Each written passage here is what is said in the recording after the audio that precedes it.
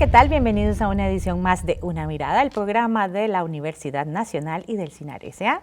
Mi nombre es Maribel Quiroz Jara y en esta oportunidad vamos a seguir haciendo un balance sobre los primeros 6 meses de pandemia en Costa Rica, pero esta vez desde la perspectiva social, porque definitivamente el virus del SARS-CoV-2 y la enfermedad del COVID-19 nos desnudó como sociedad en múltiples aspectos, nos evidenció muchas situaciones que sabíamos que estaban ahí, pero como dijo otro experto, estaban tal vez debajo de la alfombra, muy escondiditas y que son urgentes de atender porque hay miles de personas que se están viendo vulneradas por la pandemia en múltiples aspectos, no solo desde la perspectiva social, perspectiva de salud, sino también de la perspectiva social, la perspectiva económica. Y pues en definitiva, en la medida en que como sociedad nos unamos en este tipo de análisis, pues también nos vamos a unir en buscar aquellas acciones que nos ayuden a salir adelante. Para hablar de este tema nos acompaña en esta oportunidad el doctor Abelardo Morales, quien es sociólogo de la Escuela de Sociología de la Universidad Nacional. Bienvenido a Una Mirada, Abelardo, qué gusto tenerlo por acá. Igualmente, el gusto es mío. Como conversábamos al inicio, usted, Abelardo, ha sido bastante crítico a lo largo de estos 6 meses de pandemia sobre eso que yo le decía, porque incluso usted y yo lo hemos conversado en otros ambientes, cómo la pandemia nos vino a desnudar como sociedad, pero sobre cosas que ya están ahí desde hace mucho tiempo, muchas desigualdades y muchas injusticias que afectan a sectores muy vulnerables de la población y que están ahí hace mucho, esperando una respuesta de un país que simplemente hacía como que esto no existía. Sí, claro. Mi posición crítica no la he venido a estrenar ahora en este periodo, porque de hecho, pues en efecto, ¿no? Lo que esta coyuntura ha venido a demostrar es que esta es una sociedad muy desigual, ¿no? Y en ese sentido es una sociedad en la cual han venido aumentando severamente las brechas sociales entre los grupos de más altos ingresos y los grupos que menos ingresos tienen, ¿no? Una clase media muy golpeada.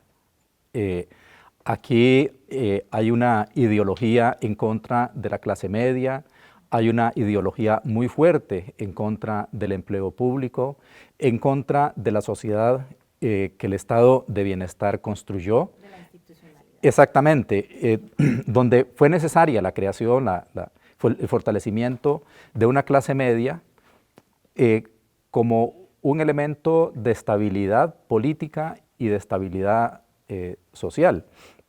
Pero en medio de toda esta fábula, ¿no?, de una sociedad igualitaria, de una sociedad pacífica, de un país verde, de un país ecológico, detrás de esas montañas, detrás de esas playas tan bonitas que tenemos, detrás de este San José que busca maquillarse cada vez más, o debajo, subyacen amplias masas de población que viven en condiciones de miseria, de población costarricense, de población extranjera, de población indígena, de mujeres. Hay una enorme cantidad de hogares jefeados por mujeres solas que no solamente hoy en día en relación con la crisis de la pandemia están viviendo una situación muy difícil, sino que desde antes vivían condiciones de exclusión. Y es muy lamentable, ¿no?, que frente a estas cosas que se van descubriendo, que se van poniendo de relieve, que se van reenfatizando, una gran cantidad de investigaciones hechas en las universidades, en institutos de investigación, nosotros los hicimos cuando estábamos en Flaxo, años atrás, recientemente en la Universidad Nacional. Es muy lamentable que frente a esta evidencia, ¿no?, la reacción, la respuesta, porque también es otra dimensión de la desigualdad, hay una respuesta simbólica, hay una respuesta desde las representaciones sociales, una respuesta ideológica que lleva, por ejemplo, a culpabilizar a los extranjeros, a culpabilizar a los inmigrantes, a culpabilizar a la clase media, inclusive a culpabilizar a los pobres por su situación de pobreza. Y también, o sea, al tiempo que esta sociedad se va fragmentando socialmente, se va fracturando por esas divisiones sociales, también ideológicamente esta sociedad se va desgajando en segmentos de intolerancia, en grupos que no hacen lo posible por dialogar frente a un poder ejecutivo, frente a un también aparato de gobierno, incluyendo a la Asamblea Legislativa y a otros poderes, con una muy precaria capacidad de diálogo, una muy precaria capacidad de convocatoria a distintos sectores de la sociedad costarricense para encarar conjuntamente la responsabilidad de sacar este país adelante, porque lo peor que nos puede pasar en este momento es continuar agudizando las contradicciones, continuar agudizando los antagonismos y continuar ampliando esa fractura social y ese desgajamiento ideológico que mucho daño le está haciendo al conjunto de la sociedad, al conjunto del país, pero también individualmente a cada uno de los hombres y mujeres que habitamos este territorio. Sí, y principalmente también seguir invisibilizando las situaciones, porque son situaciones que nos vienen acompañando desde hace mucho. Algunos de ellos ya tienen tinte hasta de problema estructural en el país. Hemos oído hablar sobre temas fiscales, sobre pobreza, desempleo, ¿verdad?, durante muchos años y décadas incluso. Yo ya tengo mis años y he oído eso toda mi vida, entonces es donde una se pregunta, ¿verdad?, qué hace falta para que el país realmente aproveche una coyuntura de crisis como esta, que se dice que es de donde salen las mejores o las peores cosas de la humanidad, realmente podamos poner las barbas en remojo y tomar medidas que lleven a salir de estas situaciones y no, ¿verdad?, salir de la pandemia y seguir en lo mismo. Es que yo creo que no es tanto la invisibilización, porque las evidencias están, o sea, la realidad es tangible. Lo que hay es negacionismo. Exacto. O sea, exacto, que esa entonces, es la palabra correcta.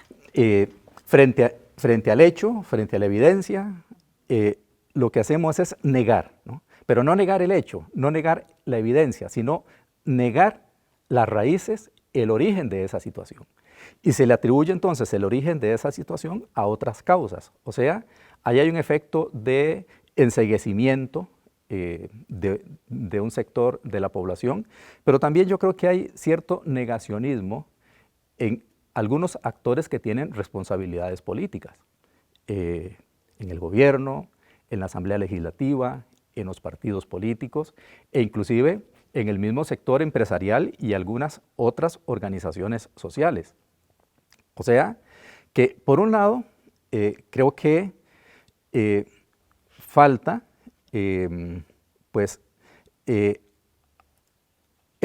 confrontar esta realidad a partir de la evidencia, a partir de la información, a partir de lo que el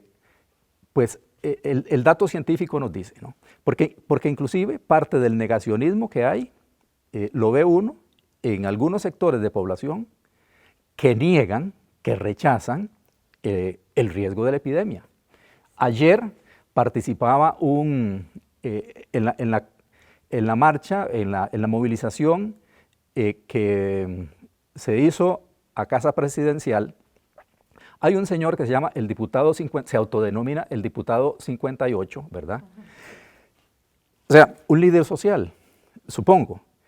De él leo días atrás un comentario en el que dice que, o sea, simplemente dice, bueno, a más cierre, más contagios. Esto es una farsa, algo así, ¿no? Entonces, yo creo que hay que tener un sentido de responsabilidad, y en ese sentido yo señalo que la responsabilidad es cívica, ¿no? La enseñanza cívica, la educación cívica, nosotros la recibimos en la escuela, pero eso es un ritual, eso es un protocolo. Aquí lo que hace falta es cultura cívica, y la cultura cívica entonces se construye de muy diversas maneras. O sea, es que prácticamente es una tarea nacional. La cultura cívica la debe construir el Estado. El Estado costarricense, como cualquier otro Estado en las sociedades modernas, ha sido el constructor de la nación.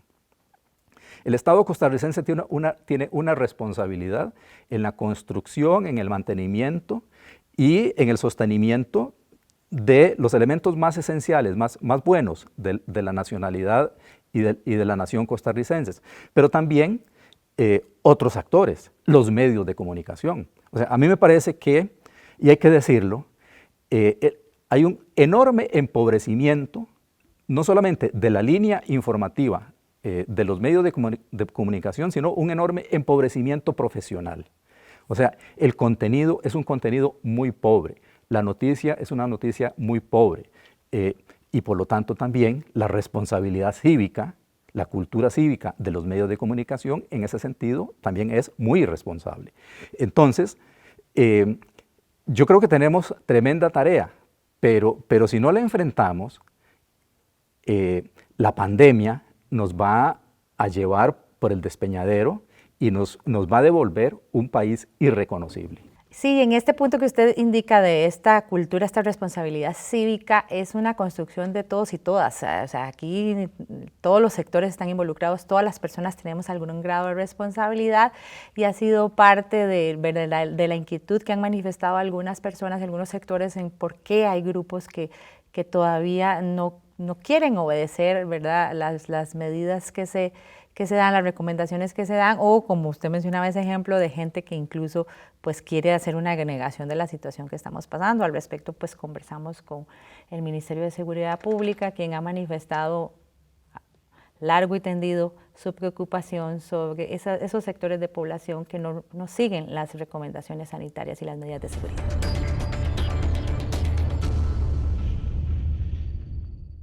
Bueno, desde el inicio de la pandemia, Fuerza Pública ha estado trabajando fuertemente para el cumplimiento de todas las medidas sanitarias que ha establecido el Ministerio de Salud. Para eso ha venido trabajando de la mano con una serie de instituciones que también tienen que ver con el cumplimiento de estas medidas. Por ejemplo, en la restricción vehicular ha estado trabajando muy de la mano con la Policía de Tránsito, con la Policía Municipal, de igual manera en fronteras con la Policía de Migración, igual Policía de Tránsito, y así sucesivamente. Para el cumplimiento de todas estas medidas se ha tenido que hacer un trabajo conjunto, integral, de manera que podamos evitar la propagación de este virus. Bueno, independientemente del comportamiento de la policía, desde el inicio continúa con el tema del cumplimiento de las medidas sanitarias, pero sí es importante decir que sí ha habido personas que han cumplido estrictamente todas las medidas impuestas por el Ministerio de Salud. No obstante, se han tenido algunos inconvenientes, por ejemplo, con el tema de fiestas, o por ejemplo, con el tema de la restricción vehicular, e incluso pues ahora con el tema de las manifestaciones. No obstante, pues agradecemos que en general la población se ha comportado bien con el cumplimiento de las medidas, y aprovecho la oportunidad para insistir de que por favor cumplan con las medidas sanitarias a efectos de evitar mayor propagación de este virus.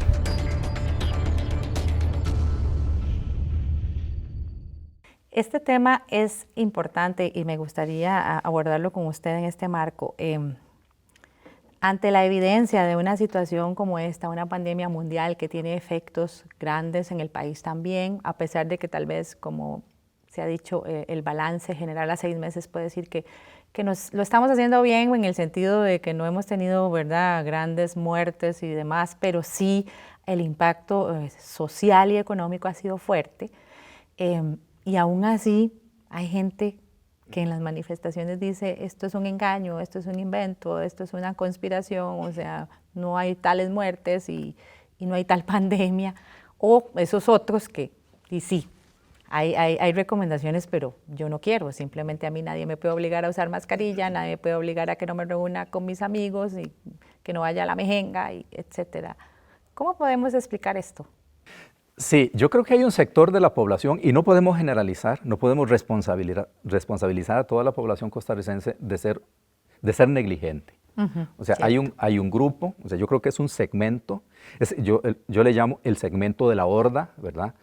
Porque no tiene ninguna conciencia, ¿verdad? O sea, no tiene ningún argumento válido, simple y sencillamente siguen una consigna, un eslogan, la consigna de que Aquí no pasa nada. Esto es una conspiración, ¿verdad? Son los marcianos, es Bill Gates, la vacuna rusa, ¿verdad? El chip que viene con la vacuna. Hay un cóctel, ¿verdad?, de argumentos que forman parte de ese debilitamiento ideológico de segmentos de la sociedad costarricense, ¿verdad? Y lo grave, ¿verdad?, es que es un segmento de la población que tiene parlante, ¿verdad? ¿Y tiene parlante dónde? En las redes sociales. Y entonces, tiene parlante en las redes sociales y hay otros que lo repiten y lo reproducen, ¿no?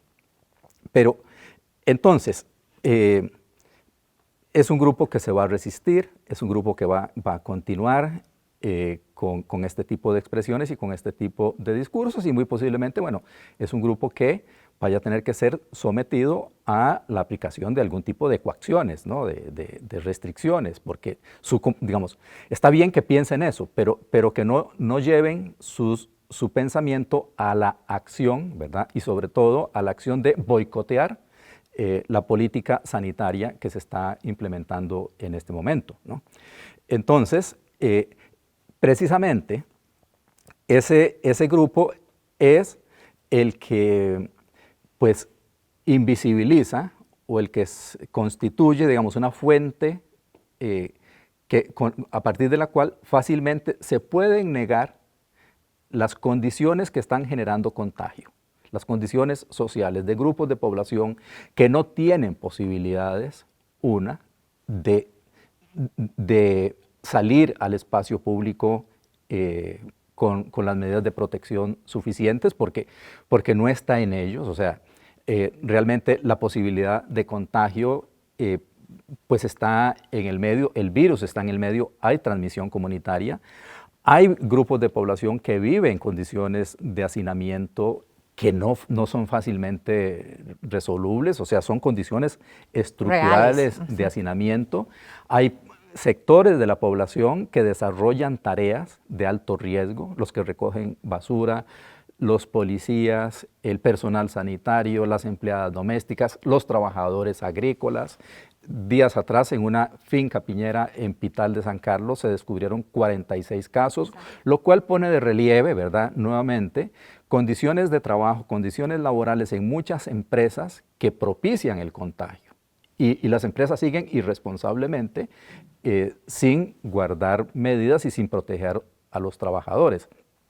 Entonces, la desgracia que tenemos es que la epidemia ya no solamente implica el riesgo de contagio epidemiológico, ¿no?, sino que el virus también ya no es el virus, la sustancia esta que contagia, sino el virus simbólico, está produciendo también un efecto de contagio ideológico en un sector de la población que está causando daño, ¿no?, que inclusive incita a la violencia, ¿no?, que es un sector matón, ¿no? O sea, hay un machismo ahí encubierto, ¿verdad?, que revela esas cosas perversas, ¿no?, del ser costarricense, de un sector de la población, pero que además se retroalimenta con discursos globales, ¿verdad? Porque esto no es un movimiento genuino, o sea, no es algo que nació allí qué sé yo, en San Sebastián, o por decir un lugar, no. Son grupos que copian estereotipos que fácilmente ven en los medios de comunicación, ¿no?, en las redes sociales, en otras esferas. O sea, estamos frente a una pandemia global del coronavirus, pero también frente a una pandemia global de difusión de falsas imágenes del mundo, ¿verdad?, que precisamente son formas de trastocamiento de la conciencia racional, ¿no?, de poder hacer conciencia de cuál es el mundo que debemos construir, cuál es la sociedad en torno a la cual cuál es el proyecto de vida, inclusive, de vida individual, de vida colectiva, que nos debe orientar como seres humanos. Entonces, son múltiples los retos que tenemos como sociedad. Como usted mencionaba, algunos vienen de atrás, pero simplemente se evidenciaron con la pandemia. ¿Cómo los enfrentamos como sociedad para salir bien librados del COVID-19? Semanas atrás o meses atrás, yo había estado reflexionando un poco sobre cuáles son las acciones, o sea, cuáles son las tareas que tenemos, ¿no? Sí. Yo creo que aquí hay una tarea fundamental y es el fortalecimiento de la solidaridad social, ¿no? Y el fortalecimiento de la solidaridad implica un proyecto en muy distintas esferas, ¿no? La solidaridad no es simple caridad, ¿no? La solidaridad implica caridad, o sea, ayudar a quien necesita, darle la mano a aquella persona que está pasando mal hoy en día por la situación de la epidemia, ¿no? Pero también la solidaridad implica el fortalecimiento de las formas de asociatividad. A diferencia de la caridad, la solidaridad no es privada, la solidaridad es social, la solidaridad es pública. Y además el otro elemento fundamental es que la solidaridad requiere de los pactos, requiere de los acuerdos. Por lo tanto, para ser pública, requiere que sea institucionalizada. Y entonces, yo creo que tenemos que revisar como país cuáles son las medidas y las acciones que se están tomando en este contexto, ¿verdad? Para ver hacia dónde apuntan, ¿no? Hacia una sociedad más individualista, más egoísta, o a una sociedad más solidaria, y qué tipo de solidaridad es la que es hacia la cual estamos yendo. Pero además de la solidaridad, yo creo que es importante desarrollar un trabajo, y en eso creo que las universidades, los universitarios, los académicos, todo el personal que trabaja en las universidades, en las instituciones de enseñanza, estamos comprometidos en ella, es el fortalecimiento de nuevas formas de sensibilidad. Porque frente a la irracionalidad no son suficientes los argumentos racionales. Es necesario producir nuevas formas de solidaridad, nuevas sensibilidades y por lo tanto también nuevas formas de entendimiento de cómo es el compromiso nuestro como individuos, como sujetos, como seres humanos, frente a los demás y frente a la sociedad. Y ese compromiso es el que definitivamente nos va a ayudar a salir adelante como sociedad en el conjunto, ¿verdad? Y no respondiendo a intereses individuales de sectores que más que el bienestar general, pues buscan el bienestar propio. Esperemos que con estas palabras pues mucha gente se motive a apoyar y a seguir trabajando en una sociedad más equitativa, más inclusiva, más igualitaria, y con igualdad de oportunidades para todas las personas. Muchas gracias, doctor Abelardo Morales, sociólogo de la Universidad Nacional, por acompañarnos en este segmento de Una Mirada. Vamos a una pausa y ya regresamos con este tema de la cara social de la pandemia del COVID-19. Quédese con Una Mirada, que ya volvemos.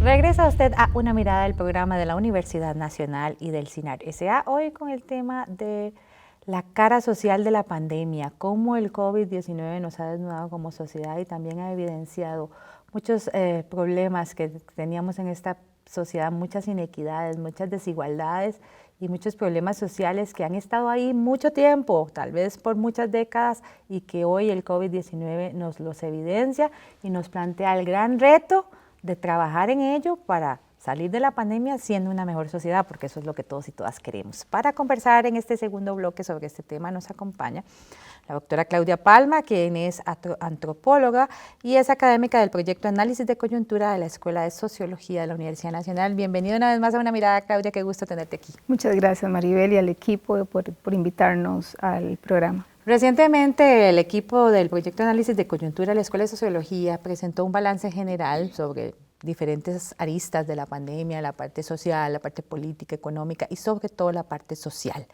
usted hizo un énfasis muy importante en esto por lo que conversábamos, ¿verdad? Porque esta sociedad viene teniendo problemas serios, económicos, políticos y demás, pero la parte social nos ha venido como a reventar en la cara, ¿verdad? A evidenciar cosas que venían pasando, que estaban ahí y que definitivamente tenemos que enfrentar hoy para salir de la pandemia siendo un mejor país. Así es. Así es. Uno de los temas que en ese momento abordamos fue el tema de la violencia contra las mujeres, que en otros países se tiene evidencia de cómo en esta situación de encierro el número de eventos sobre violencia adentro de las familias y contra las mujeres, los hijos y las hijas ha aumentado. Y para el proyecto fue muy importante, bueno, tuvimos muchísima curiosidad de tratar de ver qué tanto en estos meses había aumentado.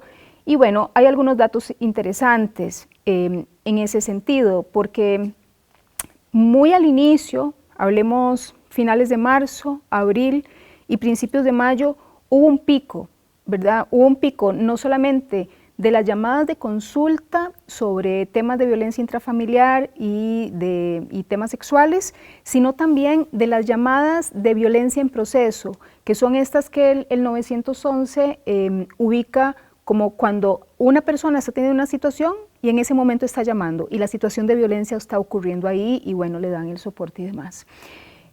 Pero también nos dimos cuenta que esa pudo haber aumentado un 10% en ese momento y luego ahora ha venido de bajada y nos estábamos preguntando si es que en otros países, por ejemplo, ha sido un evento que se ha reportado en ocasiones del 30, del 60% de aumento de las situaciones de violencia en las casas por las condiciones obvias de encierro, porque estamos más cerca de las personas que nos han agredido, porque cuando una persona agresora sale a trabajar, durante esas horas del día hay un espacio de muchísima más relajación y es inevitable que pensar que lo que ha provocado la pandemia en términos económicos, sociales y de salud también agrava el estrés y por lo tanto estos aprendizajes que no tienen una justificación, no vamos a justificar ahora que se agrede en la familia por el COVID, sí. ¿Verdad? Pero que sí pueden ocurrir con muchísima más frecuencia. Y esto que nos dimos cuenta de que subió, no tanto en comparación como en otros países, decíamos, esto pasa porque está ocurriendo menos o porque tenemos registros no tan sensibles a captar esas situaciones de violencia. Entonces eso es muy interesante, ¿verdad? Sobre lo que tenemos que reflexionar. En otras partes, por ejemplo, cuando hablo de sensibilidad es que necesitamos ser mucho más firmes en la presencia sobre la denuncia de situaciones de violencia, porque sabemos que está ahí, la violencia está ahí y hemos visto que se ha acrecentado en otras cosas que después podemos conversar, pero la violencia dentro de las familias está ahí y no siempre se denuncia. ¿Qué podemos hacer para que en estas situaciones de encierro, donde hay muchísimo más estrés, más contacto, más miedo también, y se estén dando estas situaciones de violencia, realmente las personas, las mujeres, otras familias, vecinos, vecinas puedan denunciarlo, ¿verdad? Y yo creo que ahí falta visibilidad en el sentido de tener más comerciales, llamar a la denuncia, a la protección comunal y demás. Eso es muy importante. Otros países han hecho, por ejemplo, que en las farmacias tienen un rótulo que dice, si usted está viviendo violencia, diga tal palabra. Llegan a la farmacia y con una palabra que es clave, estas personas están identificando que esta mujer está dando un aviso de auxilio. U otra, que esa me pareció muy interesante, alguien llama al 911 y pide una pizza. Entonces la persona del 911 se queda como diciendo, bueno, usted está con alguien con quien no puede hablar, y la otra le va dando información, haciéndole saber que está en una situación de emergencia. Cosas como estas, en esta situación que estamos viviendo son muy importantes de poder hacer más, de poder profundizar. Sí, muy grave porque sí, ya de por sí, como decías, es un problema que venimos arrastrando hace mucho tiempo y nos demuestra ahora en el marco de la pandemia que no se cumple ese dicho popular de que no debería haber sitio más seguro que el hogar, porque incluso el mismo Hospital de Niños también levantó la voz hace unos 2 o 3 meses en el sentido de cómo habían aumentado el número de agresiones a niños y niñas que llegaban al hospital para atención. Y esto nos pone en una coyuntura bien difícil porque nuestros niños y niñas están siendo educados en casa, hay gran responsabilidad en el núcleo familiar en este sentido, y pues la violencia no debería ser la respuesta que la gente tenga para trabajar con la frustración del encierro y demás. Así es. Así es, la situación de los niños y las niñas es realmente muy compleja y en mi criterio deplorable, porque vamos a ver, lo que considero es que nosotros ya tenemos condiciones muy precarias para la educación dentro de las familias, en el sentido de que hemos depositado una parte muy importante, es un poco contradictorio, hemos depositado una parte muy importante de la educación formal de nuestros hijos y de nuestras hijas en las escuelas y en los colegios, y nos hemos desresponsabilizado. Yo sé que las mamás y los papás dicen, sí, bueno, los ayudamos a hacer muchas tareas, pero la costumbre de tenerlos, de hacernos cargo de ellos cotidianamente, eso ya no está. Sabemos que las horas escolares han aumentado en los últimos años muchísimo, entonces los chiquillos y las chiquillas pasan muchísimo menos tiempo en la casa y más con su grupo de pares y en los colegios. Al trasladarse toda esa responsabilidad a la casa, a la que se hay que aunar, las familias que están haciendo teletrabajo, aquellas que perdieron además el trabajo, ese estrés acumulado, pero además estar atendiendo a un niño o una niña, eso es sin duda decanta en situaciones incontenibles de violencia, pero que es situaciones que no hemos aprendido a controlar porque no tenemos esa educación. Si uno ve las reacciones, yo, por ejemplo, cuando veo comentarios en las redes sociales o algún anuncio que uno dice, uy, esto puede decantar algo interesante, me voy a los comentarios y uno ve el nivel de violencia que existen en los comentarios en una red social. Uno dice, en una red social la gente dice lo que quiere, pero es muy probable que en sus relaciones cotidianas estén pasando cosas similares y los niños y las niñas están expuestos a eso, ¿verdad? Por una parte, a la relación de los papás, de su papá y su mamá, ¿verdad? O de si una persona vive sola en un hogar monoparental, esa frustración se está absorbiendo y eso no hemos pensado cómo lo vamos a resolver con la infancia y con los adolescentes en el futuro. Sí, porque si no nos dieron las herramientas para enfrentarlo, ¿qué va a pasar, verdad? Y también, eso que vos decías de los comentarios en redes sociales, también se ha evidenciado mucho la extrema xenofobia y racismo, de verdad, que caracteriza a nuestra población. Al respecto, Una Mirada conversó con Guillermo Acuña, quien es sociólogo del Instituto de Estudios en Población de la Universidad Nacional, y quien mencionó que ante esta pandemia, una parte de la población tiene expresiones importantes de xenofobia con la población migrante que incluso han rayado en la violencia, y no solo la población migrante, ¿verdad?, sino también con otras poblaciones como las poblaciones indígenas y demás, y que en muchas ocasiones todo esto tiene que ver no solo con, ¿verdad?, esas carencias que tenemos en formación, educación y en valores y demás, sino también tiene relación con el tema de la incertidumbre y el miedo que nos produce la crisis y la pandemia.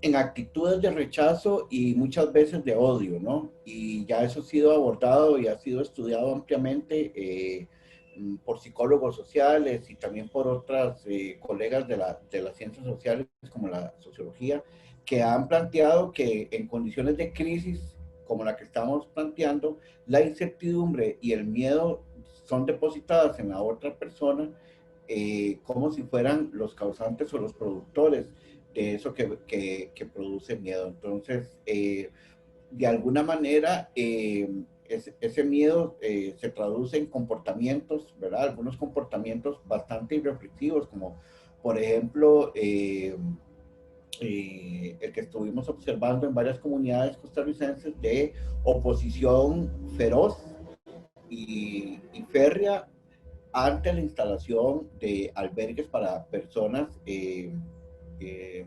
digamos, contagiadas o señaladas como positivas con la enfermedad.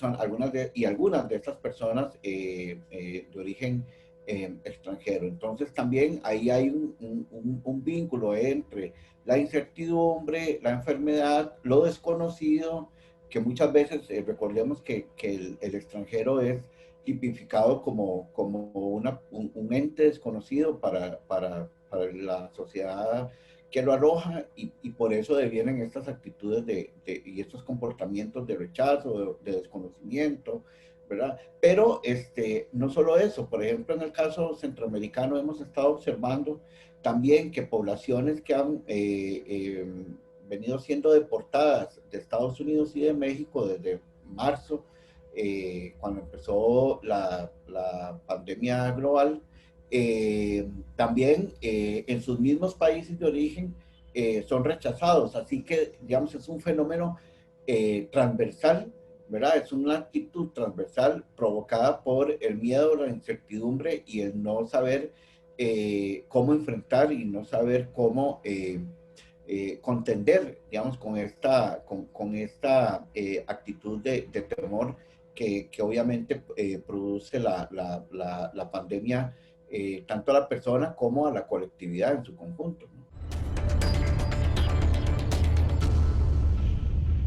El tema de la migración también fue uno de esos bombetas, como digo yo, que nos reventó en la cara. Sabíamos que esto venía de mucho atrás, ¿verdad? Esas condiciones casi que de esclavitud moderna y de explotación excesiva, de pésimas condiciones de trabajo, de industrias que tienen los recursos para tener a sus trabajadores de una manera sana trabajando, o, ¿verdad? O poblaciones que viven en condiciones deplorables, en cuarterías o en lugares de trabajo, ¿verdad? Que realmente nos puso las barbas en remojo con el tema de la xenofobia, del racismo y incluso de la violencia hacia ciertos grupos de población. Así es, así es. El tema del rechazo al otro, a ese otro que probablemente no forma parte de nuestro grupo. Aquí nos podemos pensar en muchos grupos, ¿verdad? Mi grupo familiar, mi grupo de la comunidad y mi grupo de país. Y en cada una podemos ir haciendo discriminaciones, ¿verdad? De todo tipo. Y estas otras personas que no conocemos esa otredad, en esta situación de pandemia creo que ha quedado muy, muy evidente este rechazo que tenemos contra la población indígena. O sea, el evento que sucedió cuando estaban en aislamiento, aquella familia en la comunidad, en el barrio Carmen Lira, en Turrialba, que sí, quemaron cosas, eso realmente habla de quiénes somos nosotros, ¿verdad? Así con una población indígena con la que el Estado tiene pero sí, que es parte de la comunidad costarricense, pero con la que el Estado tiene una deuda histórica, ya no solamente en territorio, sino en inclusión y en respeto a los derechos. Si eso pasa con esta idea de son personas indígenas, son costarricenses, ¿cómo ahora sucede? O sea, ¿cómo no estaría sucediendo esta situación con las personas migrantes y extranjeras? ¿Verdad? Es increíble porque aquí contabilizamos a las personas nicaragüenses solamente para los desastres, pero realmente no se habla del aporte fundamental en términos culturales y económicos que le da al país. En datos aportados por el doctor Carlos Sandoval, habla de que al menos el 12% del Producto Interno Bruto de este país es aportado por el trabajo de personas nicaragüenses, que en esta época de recolección del café, al menos 70,000 trabajadores extranjeros son los que han participado históricamente. Entonces, si decidimos cuando le ponemos un número, ponerle el número de la pandemia, del contagio, de los que vienen a robarnos la salud, de los que vienen a robarnos la educación, eso se remonta a un problema sociohistórico y cultural de rechazo, porque no decidimos ponerle el nombre de los del aporte fundamental que realmente hace este grupo, esta sociedad que que muchas familias son binacionales y eso se nos olvida. Y hay algo muy interesante, Maribel, que yo quisiera rescatar, y es que aquí tenemos muchísimos extranjeros de todas partes, ¿verdad? ¿A quiénes rechazamos? ¿A cuáles extranjeros rechazamos? A aquellos con los que no está asociado un valor o una belleza. Y eso es muy fuerte. Eso obviamente no solamente habla de Costa Rica, eso pasa en todas las latitudes, ¿verdad? Pero hay una palabra que acuñó yo creo que ella es socióloga muy interesante, Adela Cortina, que es la aporofobia, que es el rechazo al pobre. Hace unos pocos días leía en las redes sociales de lo que pasó con una familia nicaragüense, no sé el barrio, no sé dónde, pero era el papá, la mamá y la chiquita, pienso, en donde estaban contagiados con el coronavirus y toda la familia, toda la comunidad les llevaba cosas, ellos estaban muy agradecidos y yo dije, era un barrio bien. Era un barrio bien, no era, o sea, ya lo decían, ahora yo no sé, no podría replicar dónde estaba ubicado, de dónde era la familia, pero no era una típica familia migrante pobre, es lo que quiero decir. Entonces, claro, había como un regocijo de decir, bueno, pero nosotros tratamos muy bien a esta familia que es nicaragüense, pero no es una familia nicaragüense migrante pobre. Y esos son elementos que hacen realmente desnudar la sociedad que tenemos. Y un problema que en términos, no solamente en la educación formal, no lo hemos abordado en la educación formal, el tema del trato, de la inclusión, del respeto, con mucho más ahínco. Yo no digo que no se hable, pero con muchísimo más ahínco, porque la discriminación y el rechazo, la violencia la tenemos muy a flor de piel, ¿verdad? Cuando tiramos un insulto, es muy fácil mencionar la nacionalidad, el color, ¿verdad? Cuando hay una diferencia que externamos.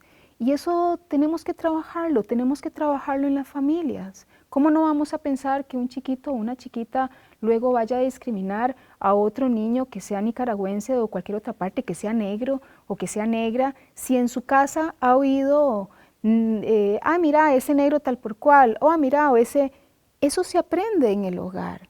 Y la palabra es muy importante, el lenguaje que utilizamos con las personas pequeñas es muy importante porque ahí es donde se forma una visión de mundo y sin duda ahí es donde podemos reparar un poco lo que estamos viviendo hacia el futuro. ¿Y qué hacemos? Porque yo creo que la meta de la mayoría de las personas en Costa Rica y en el mundo es salir de esto siendo mejores personas, mejor sociedad, porque no solo aquí, en todos los países pues se han evidenciado, ¿verdad?, estos puntitos negros que tenemos como sociedades.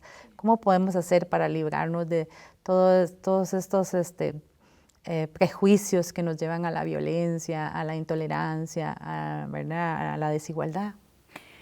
Es la pregunta del millón, ¿verdad? En mi criterio era como lo que decía sobre la violencia contra las mujeres. Nos hace falta una mayor visibilidad y mayor atención a esos señalamientos que instituciones hacen. Por ejemplo, muy al inicio de la pandemia, tanto la Organización Mundial de la Salud como el Fondo de Población hablaban de que si el encierro seguía se podían disparar las situaciones de violencia contra las mujeres hasta 131 millones en todo el mundo. ¿Qué hacemos? Si nosotros tenemos esa información como país, a pesar de que estemos en una situación de encierro, ¿por qué no disparar contenido televisivo, radiofónico, en donde alertemos para prevenir? O sea, yo creo mucho en la prevención, ¿verdad? Porque después nos estamos lamentando muchísimo de los femicidios, sabemos que no tienen que ocurrir, pero nos hace mucha falta mayor presencia de las instituciones del Estado para esta educación y sensibilización, mayor presencia de los espacios de comunicación, ¿verdad? Que ellos por su cuenta tomen la decisión de decir, vamos a hacer una pauta en contra de la violencia y también en contra de la xenofobia y el racismo. Eso es muy importante porque tiene que ver con la Costa Rica que vamos a querer ser en el futuro. Y eso nos ha faltado, porque vemos pauta de lávese las manos, mantenga la distancia, ¿verdad? Tantas recomendaciones, use alcohol en gel, pero no las no otras. hemos visto recomendaciones sobre el tema de cómo manejo el encierro, cómo manejo la frustración, cómo evito la violencia en mi casa, cómo lidio con el tema de la educación de mis niños y niñas si yo también tengo que trabajar en teletrabajo, el tema de la violencia intrafamiliar y la violencia de género, o sea, el tema de la xenofobia. O sea. ¿Cómo la denuncio incluso? Exacto, ¿Cómo la pongo en denuncio? evidencia para denunciarla? ¿Cuándo identifico yo que estoy cometiendo un acto injusto? Eso es muy importante. A mí me parece... Pero lo podemos hacer, lo podemos lograr, podemos como país trabajar en esto. Sí, como país podemos trabajar en eso, pero también pienso, eso es un punto muy importante, que hay una responsabilidad política de contexto que también estamos dejando de lado. Y cuando uno ve algunos grupos que son visibles, porque son grupos políticos, más allá del Ejecutivo y del Estado en sí mismo, grupos políticos de participación política que van, que hacen marchas, que dicen no creemos en que haya una pandemia, se tiene que acabar la pandemia, ¿cuál pandemia? Uno dice, estas personas que de una u otra forma están generando opinión o ideas, están influyendo. Ellos han tenido una responsabilidad muy grande en esta situación de la pandemia y no la han asumido con el deber y la responsabilidad que tiene que ser. Y paradójicamente son los grupos que según la última encuesta del CIEP están menos valorados, ¿verdad? Eso es muy interesante. Ellos piensan que con este enfrentamiento a la sociedad, porque lo que hacen es enfrentar a la sociedad, sus valores, sus deseos, ellos van a salir ganando y estamos viendo que salen perdiendo. Eso es interesante, pero ellos tienen una responsabilidad política, social, cultural, que no están ejecutando con el deber moral que realmente se les tienen como llamado. Sí, y esa responsabilidad, como usted dice, bueno, es tanto de, ¿verdad?, la responsabilidad política, pero también está la parte social, la parte cívica, como hablábamos al inicio de este programa, en la que todos y todas tenemos un grado de responsabilidad, porque si queremos construir esa Costa Rica que queremos, que deseamos también para nuestros hijos y hijas, la responsabilidad empieza en cada uno de nosotros, en que nos revisemos qué de esas cosas, de esas cositas feas que nos ha sacado la pandemia, podemos trabajar para ser mejores personas, ser una mejor comunidad, ser una mejor sociedad. Y un poco esa fue la idea de hacer este programa. Muchísimas gracias a la doctora Claudia Palma por su participación y a ustedes por acompañarnos una vez más aquí en Una Mirada. Les recuerdo que puede buscar más información sobre estas y otras informaciones de la universidad en www.unacomunica.una.ac.cr. Esperamos la próxima semana con más aquí en Una Mirada. Hasta pronto y cuídense mucho.